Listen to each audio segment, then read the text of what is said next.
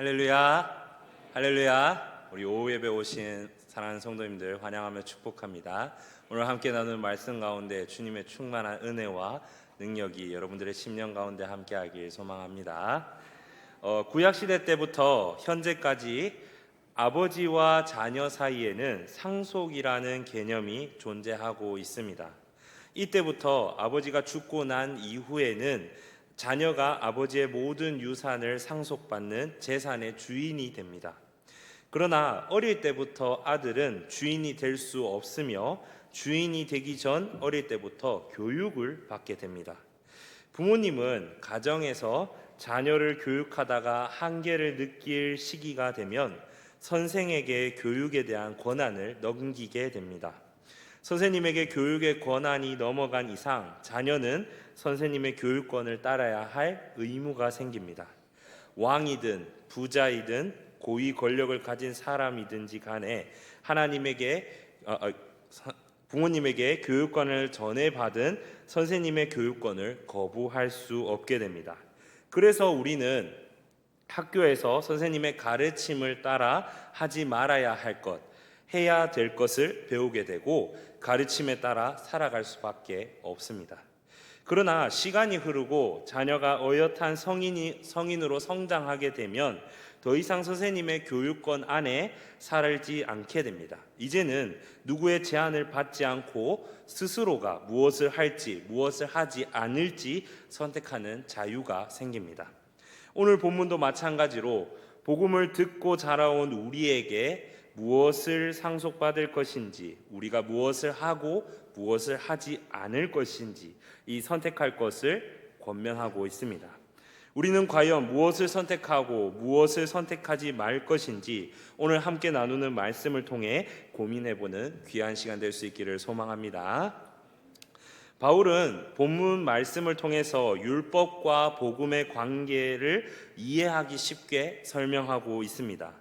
갈라디아서 4장 1절부터 11절 말씀에서 바울은 율법 아래에 있던 인간의 상태와 예수 그리스도를 통한 해방된 상태의 삶을 대비하면서 신자들이 복음 안에서 참된 자유를 누려야 함을 강조하고 있습니다.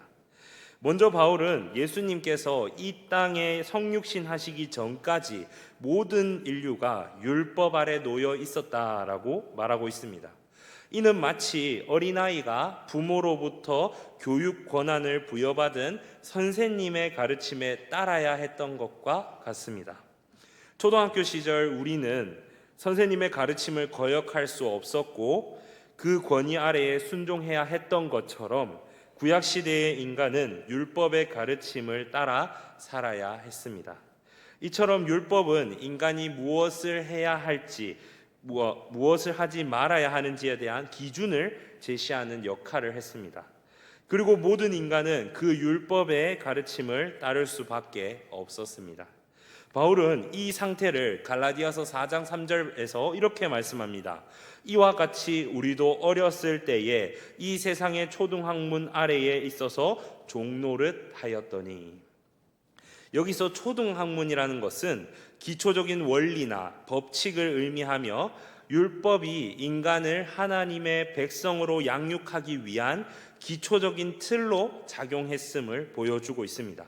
그러나 율법 아래 있는 것은 단순히 교육의 문제가 아니라 인간이 율법의 요구를 완전히 지킬 수 없다는 근본적인 한계를 드러내고 있습니다. 하나님께서 주신 율법은 완전한 기준이지만 타락한 인간은 그것을 완벽히 지킬 수 없었습니다. 야고보서 2장 10절은 이렇게 고백합니다. 누구든지 온 율법을 지키다가 그 하나를 범하면 모두 범한 자가 되나니. 즉 율법을 어기는 순간 우리는 율법의 저주 아래에 놓이게 됩니다. 신명기 27장 26절 말씀에서도 이 율법의 말씀을 실행하지 아니하는 자는 저주를 받을 것이라고 경고하고 있습니다. 따라서 인간은 율법의 명령을 완벽히 지키지 못하는 죄로 인해 하나님의 저주 아래에 놓이게 되며 스스로 율법에서 벗어날 능력이 없습니다. 하지만 하나님께서는 인간의 인간이 율법의 저주 아래에서 영원히 멸망당하는 것을 원하지 않으셨습니다. 하나님은 인간을 너무나도 사랑하셔서 구원의 길을 예비하셨고 그 해결책이 바로 예수 그리스도였습니다. 바울은 갈라디아서 4장 4절에서 5절 말씀에서 때가 참에 하나님이 그 아들을 보내사 여자에게서 나게 하시고 율법 아래에 나게 하신 것은 율법 아래에 있는 자들을 속량하시고 우리로 아들의 명분을 얻게 하려 하심이라고 말했습니다. 여기서 때가 참에라는 표현은 하나님의 구원 계획이 완성되는 정확한 시점을 의미하고 있습니다. 하나님은 구약의 많은 선지자들을 통해 메시아의 오심을 이미 예고하셨고 마침내 하나님의 때가 되었을 때 예수님을 이 땅에 보내셨습니다. 예수님께서 오신 목적은 율법 아래 놓여 있는 자들을 속량하시기 위해서 오셨습니다. 속량이라는 단어는 노예를 자유롭게 하기 위해 값을 지불하는 것을 속량이라고 부릅니다. 당시 종이 해방되기 위해서는 일정한 대가를 지불해야 했던 것처럼 예수님께서는 율법 아래 매여 있던 인간을 해방시키기 위해 자신의 생명을 대속물로 내어주셨습니다. 그렇다면 예수님은 어떻게 인간을 율법의 저주에서 해방시키셨을까요? 바울은 갈라디아서 3장 13절 말씀에 이렇게 고백합니다. 그리스도께서 우리를 위하여 저주를 받은 바 되사 율법의 저주에서 우리를 속량하셨으니 기록된 바 나무에 달린 자마다 저주 아래에 있는 자라 하였음이라.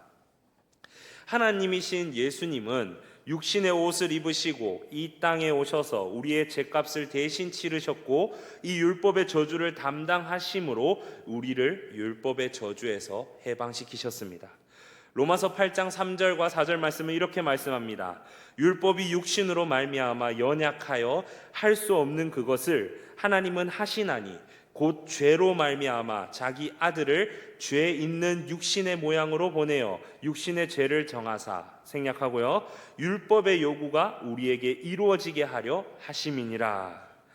즉 이 말은 예수님께서 율법을 완전히 성취하시고 우리에게 그 의를 전가해 주심으로써 우리는 더 이상 율법의 종이 아니라 하나님의 자녀로 거듭나게 된 것입니다. 이제 우리는 예수 그리스도를 믿음으로 율법의 종이 아닌 하나님의 아들로서 하나님 나라의 유업을 이어받는 자가 되었습니다. 갈라디아서 4장 6절과 7절 말씀은 이렇게 고백합니다. 너희가 아들이므로 하나님이 그 아들의 영을 우리 마음 가운데 보내사 아빠 아버지라 부르게 하셨느니라. 그러므로 내가 이후로는 종이 아니요 아들이니 아들이면 하나님으로 말미암아 유업을 받을 자니라. 이렇게 선포하였습니다. 이는 율법 아래에 있던 인간이 이제는 하나님의 자녀가 되어서 하나님과의 인격적인 관계 속에서 살아가게 되었음을 의미하고 있습니다. 그러나 바울은 갈라디아서 4장 8절부터 11절까지의 말씀에서 다시 율법으로 돌아가려는 갈라디아 교인들을 경고하고 있습니다. 복음을 알고도 여전히 율법의 행위를 통해 구원을 얻으려 하거나 율법적인 삶을 통해 하나님께 인정받으려는 그 시도는 결국 그리스도의 은혜를 헛되게 하는 것입니다. 우리는 율법이 아니라 믿음으로 구원받았으며 이제는 하나님의 자녀로서 복음의 기쁨과 자유를 누려야 할 존재가 되었습니다. 이제 우리는 율법에 얽매이지 않고 예수 그리스도께서 이루신 구원을 믿음으로 받아들이며 하나님의 자녀로 살아가야만 합니다. 우리를 위해 십자가에서 죽으시고 부활하신 예수님을 온전히 신뢰하며 하나님의 은혜 안에서 참된 자유를 누리는 복된 삶을 살아가시길 소망합니다. 아담의 범죄 이후에 인간은 모든 종이 되어 거룩하신 하나님과 원수의 관계에 놓이게 되었습니다. 성경은 모든 사람이 죄를 범하였음에 하나님의 영광에 이르지 못하더니 라고 선언하고 있습니다. 이처럼 인간은 본질적으로 하나님과 단절된 상태에서 태어났습니다. 그러나 하나님은 그 누구도 멸망시키지 원치 않으셨고 오히려 구원의 길을 열어주셨습니다. 예수 그리스도께서 십자가에서 우리의 죄를 대신 지시고 죽으심으로써 하나님은 우리를 죄에서 구속하시고 화목하게 하셨습니다. 그로 인해 우리가 하나님과의 관계를 회복할 수 있게 되었습니다. 예수 그리스도의 구속 사역은 단순히 죄의 용서에서 그치지 않았습니다. 그리스도는 우리의 죄를 대신 지시고 죽으셨을 뿐만 아니라 우리에게 의로움이라는 것을 주셨습니다. 즉 그분의 의로움을 덧입은 우리는 더 이상 하나님 앞에서 죄인의 신분을 가지지 않으며 하나님께서 보시기에 의롭다고 선언받았습니다. 이로 인해 하나님은 더 이상 우리를 원수로 대하지 않으시고 그리스도 안에서 우리를 자녀로 삼아 주셨죠. 이 사실이 바로 복음의 핵심입니다. 하나님께서는 우리를 단지 죄에서 구원하시기에 그치지 않고 그리스도를 믿는 모든 이들을 하나님의 자녀로 삼아 주셨습니다. 갈라디아서 4장 5절 말씀은 이 사실을 명확하게 증거하고 있습니다. 율법 아래에 있는 자들을 속량하시고 우리로 아들의 명분을 얻게 하려 하심이라. 여기서 아들의 명분이라는 것은 그리스도를 믿는 자들이 하나님의 자녀로서 누릴 특권과 권리를 의미합니다. 이는 단지 죄 사함의 차원을 넘어서 하나님과의 관계에서 근본적인 변화가 일어났음을 의미하고 있습니다. 이제 우리는 더 이상 율법 아래에서 종과 같은 존재가 아니며 하나님의 아들로서 하나님의 나라를 상속받을 상속자가 되었습니다. 갈라디아서 4장 6절 말씀에서는 너희가 아들이므로 하나님이 그 아들의 영을 우리 마음 가운데 보내사 아빠 아버지라 부르게 하셨느니라고 말하고 있습니다. 이 구절에서 중요한 점은 우리가 하나님의 아들로서 부여받은 새로운 신분과 관계를 강조하고 있다는 점입니다. 아바라는 말은 아람어로서 아버지를 의미하는 단어입니다. 그리고 당시 유대인들에게 매우 친근하고 깊은 관계를 나타내는 표현이었습니다. 이 단어는 하나님과의 친밀한 관계를 강조하며 단지 법적으로 상속자가 된 것이 아니라 아버지와 자녀 간의 사랑과 신뢰의 관계가 생겼다라는 것을 나타내고 있죠. 아바 아버지라는 표현은 우리가 하나님과 맺은 특별한 관계를 상징하고 있습니다. 예수님께서 기도하실 때 아바 아버지라는 표현을 사용하셨고 이와 같은 표현을 통해 우리도 하나님을 아버지라 부를 수 있는 권리를 얻게 되었습니다. 예수님이 보여주신 아버지와의 관계는 이제 우리가 그리스도를 믿음으로써 누릴 수 있는 하나님과의 관계이기도 합니다.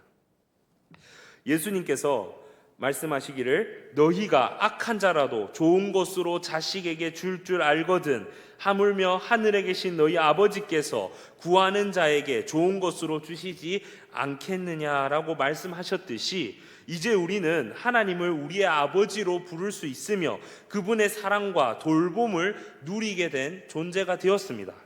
또한 갈라디아서 4장 7절 말씀에서는 그러므로 내가 이후로는 종이 아니요 아들이니 아들이면 하나님으로 말미암아 유업을 받을 자니라고 말하고 있습니다. 이는 우리가 하나님의 자녀로서 하나님의 유업을 상속받을 자가 되었다는 사실을 분명히 우리에게 선언하고 있습니다.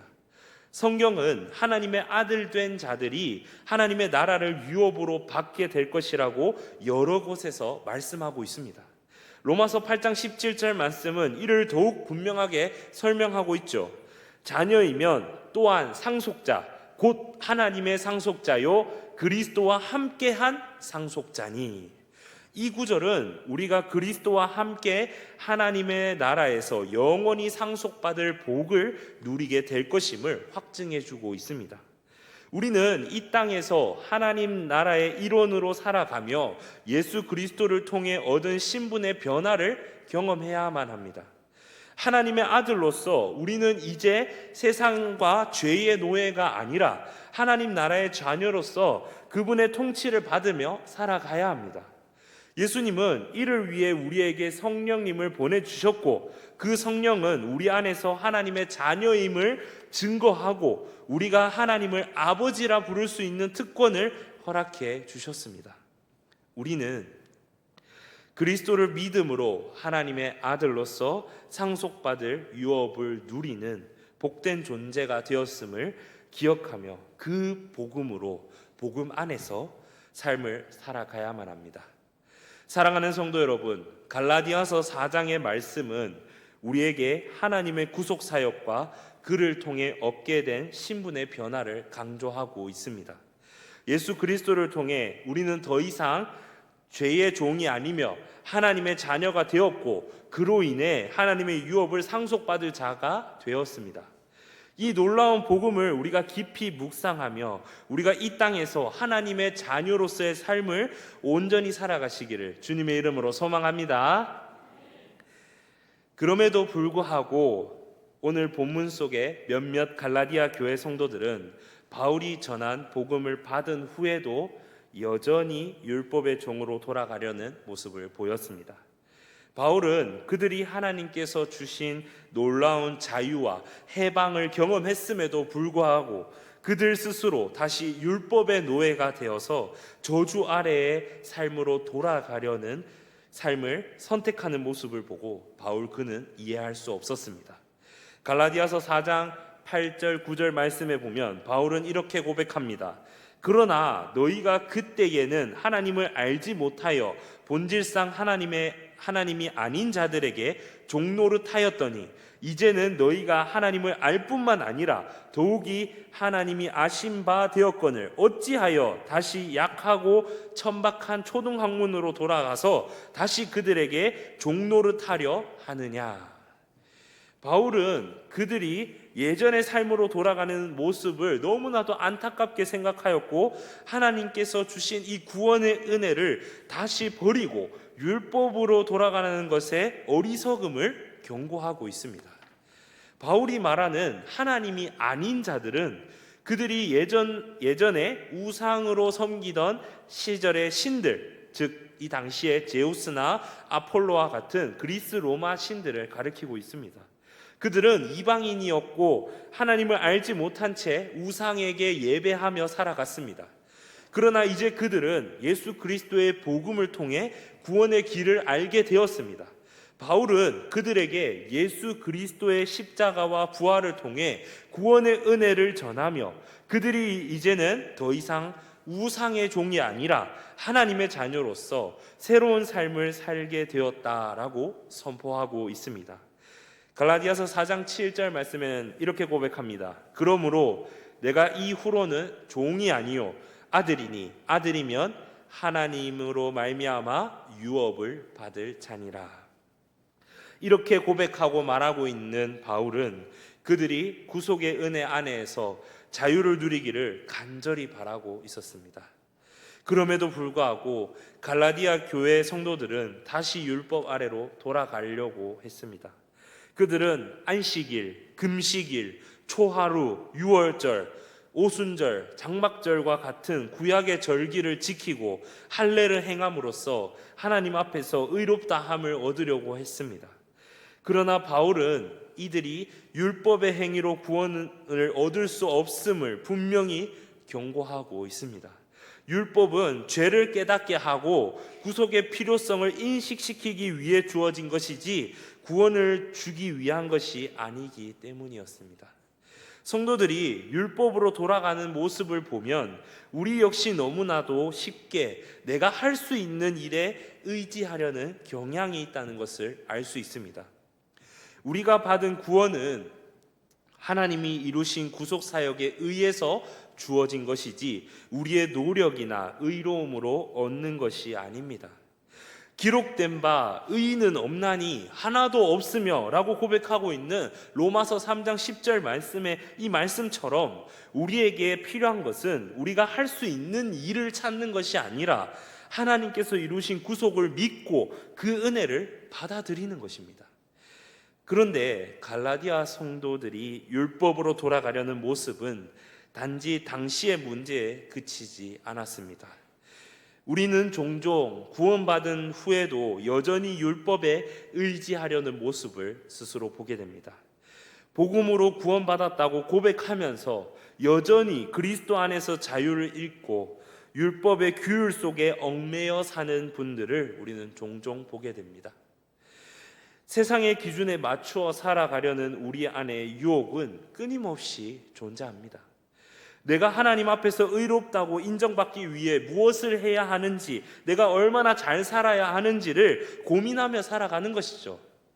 그러나 바울은 그들에게 우리가 율법의 노예로 다시 돌아가려고 할 때 그리스도의 자유와 은혜를 놓치게 된다라고 경고하고 있습니다. 그는 이렇게 말합니다. 4장 9절의 말씀입니다. 어찌하여 다시 약하고 천박한 초등학문으로 돌아가서 다시 그들에게 종노릇 하려 하느냐. 앞서 말씀드렸듯이 초등학문이라는 말은 당시 초등학교 교육을 의미하는데, 쉽게 말해서 미성숙한 교훈 혹은 기본적인 규례로 돌아가는 것을 의미합니다. 이미 우리가 알게 된 복음과 구원의 깊이를 잊고 다시 처음으로 시작해서 돌아가려는 이 어리석음을 바울은 지금 경고하고 있는 것입니다. 이처럼 복음을 받은 우리가 다시 이 세상의 법과 규칙에 의지하려는 모습은 본질적으로 복음을 부인하는 것과 같다는 것이죠. 바울은 이들을 향해 애절한 마음을 담아 이렇게 고백합니다. 내가 너희에게 다시 복음을 전했을 때 너희가 얼마나 기뻐했는지를 기억해봐. 나는 너희를 위해 수고했고 너희의 영혼을 구원하기 위해 헌신했으나 지금 너희가 이 길로 돌아가려는 모습을 보면 그것이 헛되이 될까 두려운 마음이 든다. 이렇게 고백했습니다. 그만큼 바울은 그들이 다시 율법 아래로 돌아가는 것이 얼마나 위험한 길인지 잘 알고 있었기에 이들을 위한 간절한 기도가 그에게 절실히 필요했습니다. 우리는 이제 복음의 은혜를 받았지만 그 복음이 단지 처음 믿을 때에만 받았던 감동에 머물지 않기를 바랍니다. 복음은 우리의 삶의 근본적인 원리이며 우리의 모든 삶을 변화시키는 능력입니다. 우리가 복음을 믿는 순간 우리는 율법 아래에 벗어나 하나님의 자녀로서 새로운 삶을 살아가게 될 것입니다. 하지만 그 삶을 계속해서 살아가야 하며 다시 율법의 자리에 돌아가지 않으려고 또한 우리는 노력해야 합니다. 그렇다면 우리는 어떻게 살아가야 할까요? 복음을 더욱 깊이 깨닫고 그 은혜를 의지하며 살아가는 삶을 지속해야 합니다. 우리가 하나님께서 주신 구원의 은혜를 더욱 깊이 체험하게 될 때에 비로소 진정한 자유와 기쁨을 누리며 살아갈 수 있습니다. 우리가 율법의 노예가 아니라 하나님 나라의 자녀로서 그분의 뜻을 따라 살기를 원하신다면 그 복음의 기쁨이 우리의 삶의 중심이 되어야 할 줄로 믿습니다. 우리 성도님들 모두가 이제는 복음을 받은 자로서 율법의 노예가 아니라 그 복음 안에서 기쁨을 누리며 살아갈 수 있는 우리 모든 성도님들 될 수 있기를 소망합니다. 사랑하는 성도 여러분, 이제 말씀을 정리하겠습니다. 우리가 오늘 본문을 통해 깨닫게 된 중요한 진리는 바로 율법이 단 한순간도 사라진 적이 없다는 것입니다. 율법은 우리 앞에서 결코 그 효력을 잃은 적이 없습니다. 오늘 이 순간 누군가가 율법의 요구를 완전히 충족할 수 있다면 그 사람은 하나님 앞에서 의롭다 인정받고 구원을 얻을 수 있을 것입니다. 그러나 우리는 너무나도 잘 알고 있습니다. 율법의 요구를 완전히 충족할 수 있는 사람은 이 세상에 단 한 명도 없다는 사실을요. 왜냐하면 모든 인간은 죄의 저주 아래에 있기 때문에 그 누구도 율법을 온전히 지킬 수 없습니다. 이처럼 인간은 스스로의 노력이나 힘으로 구원에 이를 수 없다는 이 절망적인 상황에 처해 있습니다. 그러나 그 절망적인 상황에서 하나님은 결코 우리를 버리시지 않으셨습니다. 하나님은 예수 그리스도를 이 땅에 보내셔서 새로운 구원의 길을 열어주셨습니다. 예수님께서 십자가에 달려 돌아가심으로써 우리 모두에게 구원의 길을 열어주셨습니다. 이제 누구든지 예수 그리스도를 자신의 구주로 믿기만 한다면 그 믿음으로 말미암아 예수님의 피로 죄사함을 받고 구원을 얻게 되었습니다. 율법의 저주에서 해방된 우리는 이제 하나님의 아들로서 하나님 나라를 상속받는 놀라운 축복을 누리게 되었습니다. 우리가 이 놀라운 복음을 제대로 이해한다면 하나님의 자녀로서 누리는 축복이 얼마나 크고 놀라운지 귀한지 결코 그 축복의 은혜를 가볍게 여기지 아니할 겁니다. 하나님은 우리를 구원하시고 이제 우리의 아버지가 되어주셨습니다. 그 아버지 하나님께서 우리가 상속받을 하나님 나라를 유업으로 주셨으며 그 안에서 영원히 살게 하신다는 사실은 이 세상 어떤 것으로도 비교할 수 없는 하나님의 축복입니다. 우리는 더 이상 영원한 죽음에 속박된 존재가 아니라는 것을 기억하시길 바랍니다. 이제 예수 그리스도와 함께 하나님 나라에서 영원히 살아가는 존재가 되었다는 것을 꼭 기억하시길 바랍니다. 이것이 바로 바울이 그리고 성경 전체가 우리에게 전하는 하나님의 놀라운 구원 계획입니다. 하나님의 은혜가 얼마나 크고 놀라운지 우리가 이 복음을 진정으로 깨닫고 그 기쁨을 누리게 된다면 우리의 삶의 모든 것들이 달라지게 될 것입니다. 사랑하는 성도 여러분, 우리는 이 복음을 통해 누릴 수 있는 하나님의 축복을 결코 외면할 수 없습니다.